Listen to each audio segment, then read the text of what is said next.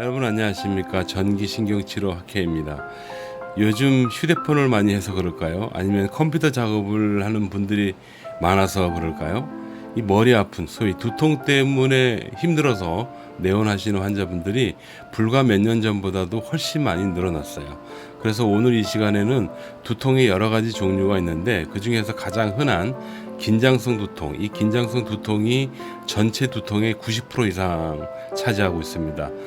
이 긴장성 두통에 대해서 좀 자세히 좀 알아보고 여러분 스스로 해결할 수 있는 방법과 병원에서 치료하는 방법, 이 두 가지를 여러분께 설명을 드려보도록 하겠습니다.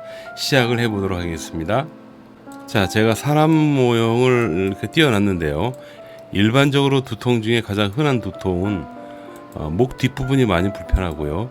이 뒷꼭대기라 그러죠. 이런 데가 아프면서 정수리까지 쭉 통증이 막 퍼지는 거예요. 혹은 옆 라인을 타고 관자놀이 쪽에 통증이 있거나 막 앞머리 쪽이 막 아프거나 혹은 이마가 시원해지는 그런, 시원하다라는 느낌보다는 차가우면서 아픈 그런 경우가 있거든요. 이런 증상을 호소할 수가 있죠.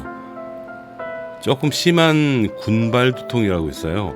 이 부분은 조금 다른 예인데 3차 신경통과 매우 깊은 연관이 있습니다. 이 군발 두통은 여러분 외우지는 않으셔도 되고 좀 골치 아픈 두통이다라고만 기억하시고요. 이런 군발 두통은 눈이 아파요, 눈이. 그리고 콧물이 줄줄 나, 이렇게. 콧물이 줄줄 나고 좀 다양해요. 굉장히 증상이 얼굴 쪽이 아프다든지 해서 3차 신경통하고 매우 유사한 그런 통증을 호소합니다. 그런데 두통을 호소하시면서 저한테 내원하시는 분들은 대부분 이 뒷부분이 아프거나 이렇게 타고 올라가면서 이런 데가 많이 아픈 거죠. 그래서 눈이 조금 피곤하고 막 그래요. 그런 분들이 많이 오시는데 이걸 바로 목 뒤 근육 과긴장에 의한 두통, 긴장성 두통이라고 얘기를 합니다. 제가 이제 피부를 빼고 일단 여러분들이 고개를 이렇게 숙이고 생활을 하시잖아요. 컴퓨터도 그렇고 휴대폰도 그렇고 그렇습니다. 이게 너무 과해지면은 목 뒤에 있는 이런 여러 가지 근육들이 긴장을 하게 됩니다. 왜? 목이 더 떨어지면 안 되니까 뒤에서 꽉 붙잡고 이렇게 유지를 시켜주는 거예요. 얼마나 힘들겠어요. 근육 입장에 한번 서보시면 여러분들이 좀 이해가 되실 겁니다. 그래서 이런 과긴장이 생기게 되면은 통증이 막 나타나는데요. 아니, 목 뒤에 있는 근육이 과긴장이 됐는데 왜 두통이 생겨요? 라고 얘기할 수 있잖아요. 근데 바로 그 부분을 제가 오늘 설명을 드릴까 해요. 여기 자세히 보시면 이 노란색 있죠? 제가 지금 선택하고 있는 거, 이런 거. 아이고, 여기도 보시면 뭐 이런 거, 이런 거, 그죠? 이게 신경인데요. 이 신경이 예민해져요, 여러분. 마치 그 감기 몸살 걸렸을 때 피부를 스치기만 해도 왜 아픈 그런 경험 혹시 있으십니까? 그것처럼 신경이 대단히 많이 예민해지는 거고요. 신경이 예민해지게 되면은 가뜩이나 이 근육이 고개를 숙이고 있는 동작에서 항상 긴장을 하고 있다가 신경까지 예민해지면 이게 경직이 돼버리는 거죠.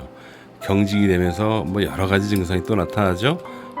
여기 곰 한 마리, 여기 곰 한 마리, 무겁게 어깨가 그냥 엄청 무거워요. 무거우면서 두통 생기지, 목 뒤 뻐근하지, 그런 결과가 나타나 버리는 겁니다.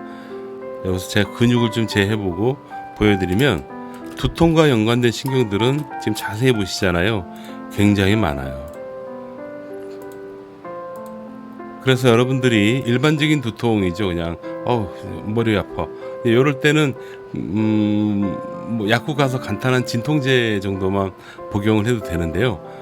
신경이 너무 많이 과민화되었거나 아니면 근육 자체의 긴장이 너무 심할 경우에 단순하게 약만 먹어가지고 될 문제는 아니다 라고 말씀을 드릴 수가 있겠어요. 이런 경우에는 직접 치료를 좀 받으셔야 됩니다. 병원에 가시면 어떤 치료를 하게 되냐면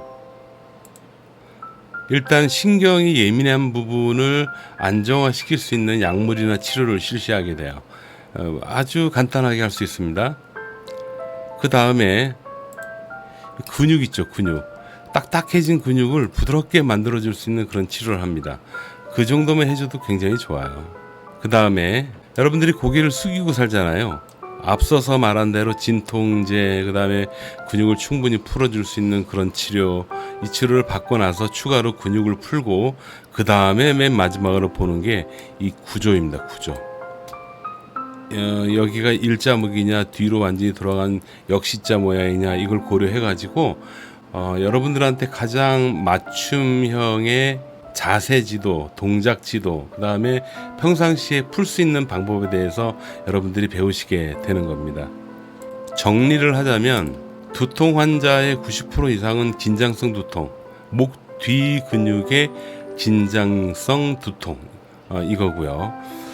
그로 인해서 신경이 예민해지면은 근육이 더 긴장을 해가지고 아주 오랫동안 고생을 하시게 됩니다.